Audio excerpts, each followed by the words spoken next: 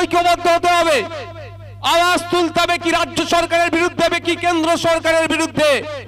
আপনারা দেশ পরিচালনার, আপনারা রাজ্য পরিচালনার দায়িত্ব নিয়েছেন, আমাদের এলাকার এখনো মানুষ কেন খেতে পাচ্ছে না, এর জবাবটা দিতে হবে। এই আওয়াজ আমাদেরকে জাত ধর্ম বর্ণ নির্বিশেষে ঐক্যবদ্ধ হয়ে আওয়াজ তুলতে হবে।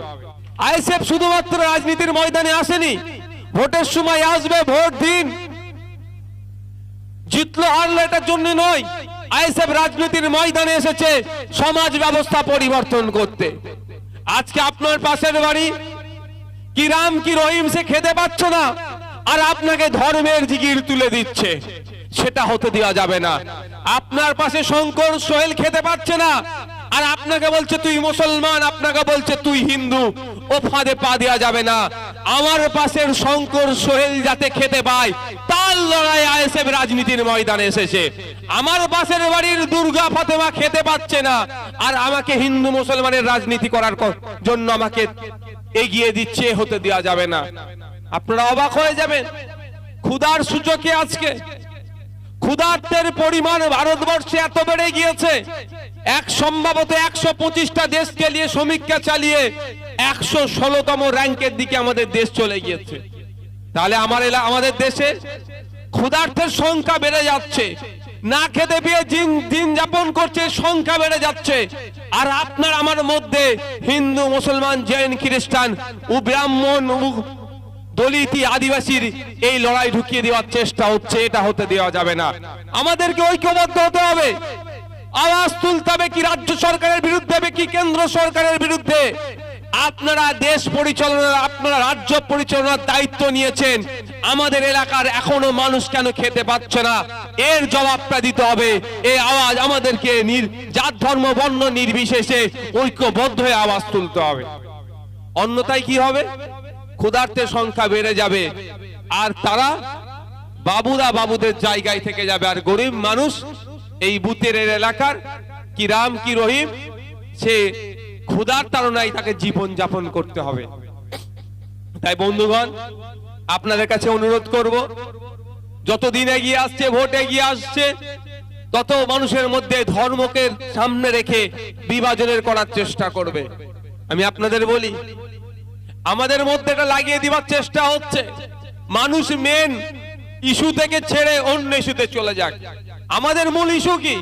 শিক্ষার, স্বাস্থ্য, কর্মসংস্থান, অন্ন, বস্ত্র, এটাই আমাদের ইস্যু হওয়া দরকার। এটার বাদ দিয়ে এ বলছে আমি মন্দির করছি, এ বলছে আমি মসজিদ করছি, এ বলছে আমি গুরুদুয়ারা করছি, এ বলছে রমজান মাসে এসে তোমাদের সাথে ইফতার খাচ্ছি, এ আল্লাহর কসম খাচ্ছে, এ দেব দেবীর নামে আপনার শপথ নিচ্ছে, এ করেই ব্যস্ত হয়ে যাচ্ছে। কিন্তু আমাদের প্রশ্ন, তোমাকে আল্লাহর কসম খেতে হবে না, ভগবানের নামে দিব্য করতে হবে না, তুমি আমাদের পাড়ার লোকটার যে এখনো খড়ের চালে এখনো ঘুমাচ্ছে, ওর মাথার উপরে কেন পাকা ঘর হলো না, ওর জবাবটা তোমাকে দিতে হবে। এই আওয়াজটা আমাদেরকে ঐক্যবদ্ধ হয়ে তুলতে হবে। ভাবতে অবাক লাগছে, আপনাকে আমাকে কি বলছে, যারা আমরা জানি না, সচেতন নয়, কি বলছে যে আবাস যোজনার বাড়ি দেব, আমাদের দলের ঝান্ডা ধর বলছে তো নাকি? কিন্তু আপনাদের জেনে রাখতে হবে, আবাস যোজনার বাড়ির টাকাটা মমতা ব্যানার্জি তার বাড়ি থেকেও দিচ্ছে না, আবার মোদিজি তার বাড়ি থেকেও দিচ্ছে না, আপনার আমার ট্যাক্সের টাকা থেকে আবাস যোজনা ঘুরে আসছে। আপনাকে আমাকে কি বলছে যে আবাস যোজনার বাড়ি পেতে পারিস, আমাদের মিটিং মিছিলের চ। আমি আপনাদের বলি, আপনারা আওয়াজ তুলবেন। প্রথম কথা, আপনাদের যার মিটিং মিছিলে যাওয়ার ইচ্ছা যাবেন, ওতে আমার কোনো বাধা দিবার নয়। আমি ওখানে যে বসে সাদ্দাম, ওখানে বসো, ওখানে বসো, সাদ্দাম বসো। গ্রামের মানুষজনদেরকে আপনারা আমাদের ডাকে সাড়া দিয়েছিলেন, আপনাদের বলেছিলাম যে আমাদের প্রার্থীদের জেতালে আপনাদের সাথে কিভাবে থাকবো না থাকবো আপনারা জানেন। বেশ কিছু জায়গার মানুষ সাড়া দিয়েছিল, অনেক জায়গায় তো ভোট হতে দেয়নি বা গণনা করতে দেয়নি বলে আমাদের রেজাল্ট খারাপ হয়েছে। তো আগামী দিনে রেজাল্ট আশা করছি ভালো হবে। তারপরেও বলবো, আমাদের প্রতি যারা ভরসা রেখে আমাদেরকে ভোট দিয়েছেন তাদেরকে ধন্যবাদ জানাই। ধন্যবাদ জানাবো এই বুথ কমিটি, যাদের প্রচেষ্টায় এই বুথের মানুষজনদেরকে নিয়ে যখন রক্তের হাহাকার দেখা দিচ্ছে, মুমূর্ষু রোগীরা রক্তের জন্য চিৎকার করছে, থ্যালাসেমিয়া রোগে যারা আক্রান্ত, প্রায় যাদের রক্তের প্রয়োজন হয়, রক্তর কিভাবে জোগাড় করবে, যারা চিন্তিত থাকে, চিন্তা থেকে কিছু প্রশমিত হওয়ার জন্য এই বুথ কমিটির উদ্যোগে যে রক্তদান শিবির হচ্ছে, রক্তদাতা যারা রক্ত দিয়েছেন প্রত্যেককে আমি ধন্যবাদ জানাই আইএসএফ এর এই বুথ কমিটিকে, যাদের প্রচেষ্টায় আজকে এই রক্তদান শিবির হয়েছে। আর ধন্যবাদ জানাই দর্শকের আসনে বসে থাকা, দাঁড়িয়ে থাকা যে সমস্ত অগণিত মানুষ এসেছেন, আপনাদের মূল্যবান সময়কে উপেক্ষা করেও আমাদের এই রক্তদান শিবির সাথে সাথে সবার সফলতা উচ্চ শিখরে পৌঁছাতে সহযোগিতা করেছেন। ধন্যবাদ জানাই মিডিয়ার বন্ধুরা, মেইনস্ট্রিম থেকে শুরু করে ডিজিটাল প্ল্যাটফর্মে যারা কাজ করছেন, আমাদের কার্যকলাপ, আমাদের চিন্তা ভাবনা যেগুলো যা আছে সেগুলো আপনাদের মাধ্যমে যেভাবে তুলে ধরার চেষ্টা করছেন। এই কুতুব ভাই যাচ্ছে, দেখে নিচ্ছে, তুমি দাঁড়াও।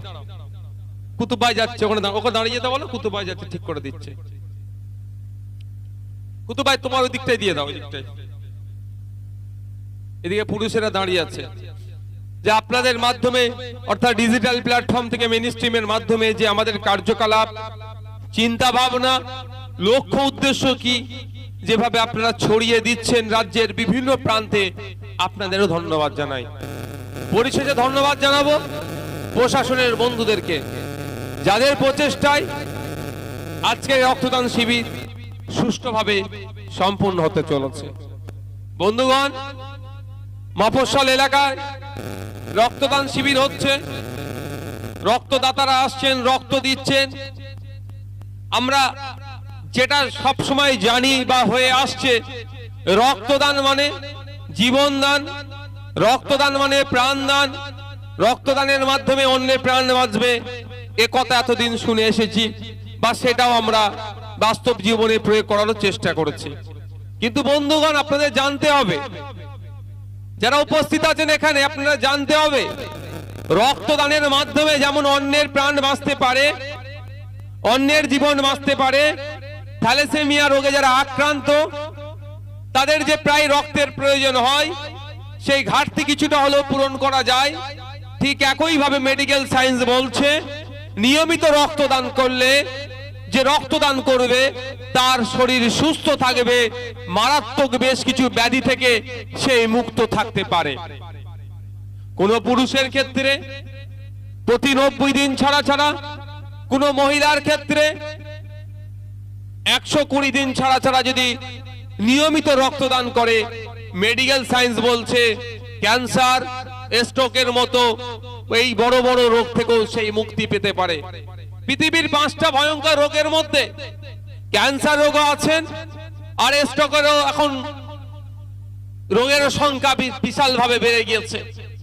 এর থেকে পরিত্রাণ পেতে গেলে, এর থেকে মুক্তি পেতে গেলে মেডিকেল সায়েন্স বলছে সহজেই মুক্তি পরিত্রাণ পাওয়া যেতে পারে, যেটা হচ্ছে পুরুষের ক্ষেত্রে প্রতি 90 দিন ছাড়া, মহিলার ক্ষেত্রে প্রতি 120 দিন ছাড়া যদি আপনারা নিয়মিত রক্তদান করেন, তাহলে ক্যান্সার রোগের সম্ভাবনা অনেক কমে যায় এবং স্ট্রোকের রোগে আক্রান্তের সম্ভাবনা অনেক কমে যায়।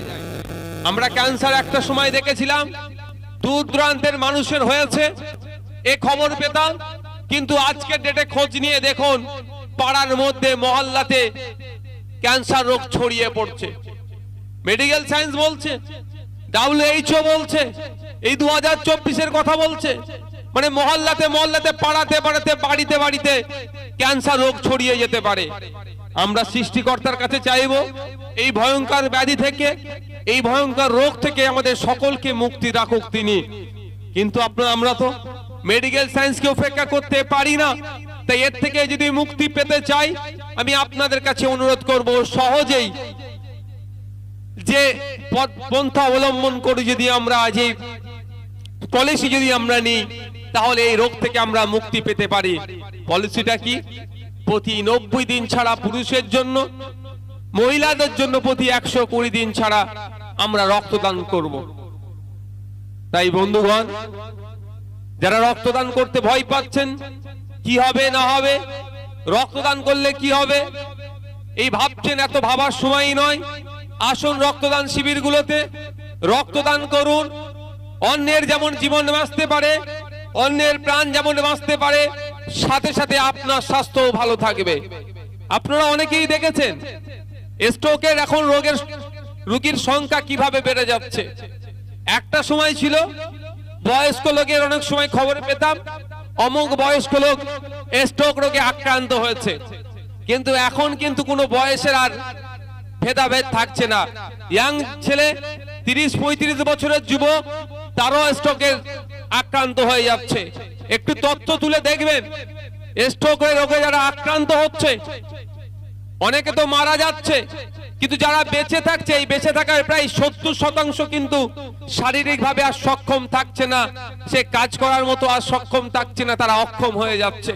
তাই বন্ধুগণ, স্বাস্থ্যের কথা ভেবে, আপনার নিজের স্বাস্থ্যের কথা ভেবে রক্তদানের মাধ্যমে যে ঐক্যের বার্তা যায়, সৌহার্দ্যের বার্তা যায়, সম্প্রীতির বার্তা যায়, তার কথা ভেবে আসুন এগিয়ে আসুন, রক্তদান করুন।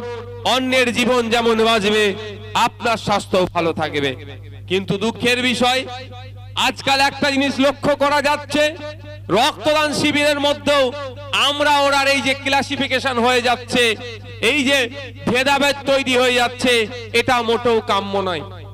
অতীব দুঃখের সাথে বলতে লাগছে, এখন শাসকের দ্বারা রক্তদান শিবিরের কিন্তু কোন দলের হচ্ছে, কোন পার্টির হচ্ছে, সেটাও যেন দেখা দেখি হচ্ছে। আমি আপনাদের কাছে অনুরোধ করব, ইন্ডিয়ান সেকুলার ফ্রন্টের এই বুথ কমিটির নেতৃত্বদের কাছে অনুরোধ করব, আমরা রক্তদানের জাত, ধর্ম, বর্ণ, রাজনৈতিক রং দেখব না। কারণ আমাদের মধ্যে কারো যখন কোনো সময় রক্তের প্রয়োজন হয়, আমরা একবারের জন্য বলি না যে আমি আইএসএফ করি, আমাকে আইএসএফ এর রক্ত দেবে।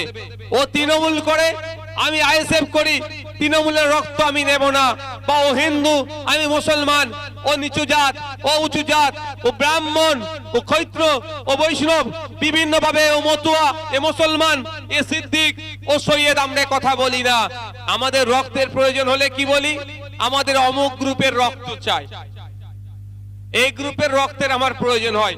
যখন আমাদের প্রয়োজন হয় রক্তের ক্ষেত্রে, নিজের প্রয়োজনের ক্ষেত্রে যখন আমাদের ভেদাভেদ দেখি না, সুতরাং রক্তদানের ক্ষেত্রেও আমরা কোনো ভেদাভেদ দেখব না। কিন্তু শাসক বিভিন্ন সময় বিভিন্ন ভাবে আইএসএফ এর রক্তদানকে ভুলণ্ডিত করার চেষ্টা করছে। আজকের এই জায়গায় দাঁড়িয়ে আপনাদের বলবো, আমরা রক্তের জাত যেমন দেখি না, রক্তের বর্ণ যেমন দেখি না, রক্তের ধর্ম যেমন দেখি না, রক্তের গোত্র যেমন দেখি না, রক্তের কোন রাজনৈতিক রঙও আমরা দেখব না। এটা আমাদেরকে মাথায় রাখতে হবে। বন্ধুগণ, যারা রক্ত নিয়ে নোংরা রাজনীতি করার চেষ্টা করছে, রক্তদান শিবির নিয়ে যারা নোংরা রাজনীতি করার চেষ্টা করছে, তাদেরকে আমরা গণতান্ত্রিক প্রক্রিয়াতে প্রতিহত করব, অর্থাৎ ভোটের মাধ্যমে তাদেরকে আমরা পরাস্ত করব। কিন্তু তাদের অপচেষ্টাকে আমরা কোনোদিন কোনোভাবেই সফল হতে দেব না। এই আজকের রক্তদান শিবিরে যারা রক্ত দিচ্ছেন বা যারা দিয়েছেন, তাদের উদ্দেশ্য সহ আমাদের যারা বুথের নেতৃত্বরা আছে তাদের উদ্দেশ্যে বলবো, বুথের যিনি বিজেতা প্রার্থী আছেন তাদের উদ্দেশ্যে বলবো, কোন সময়ে যদি যে কোনো মানুষের রক্তের প্রয়োজন হয়, আপনারা নির্দ্বিধায়, আপনারা যদি অ্যারেঞ্জ করতে পারেন তো খুব ভালো কথা, যদি না পারেন জেলা নেতৃত্ব, ব্লকের নেতৃত্বদের সাথে যোগাযোগ করবেন। নির্দ্বিধায় সে কোন পার্টি করে, কোন ধর্মের মানুষ, কোন জাতের মানুষ দেখার দরকার নাই। সে আমাকে তার প্রয়োজনের কথা বলেছে, আমাদের আইএসএফের কাজ হবে তার পাশে থেকে তার প্রয়োজনকে, সমস্যাকে সমাধান করে দেওয়া।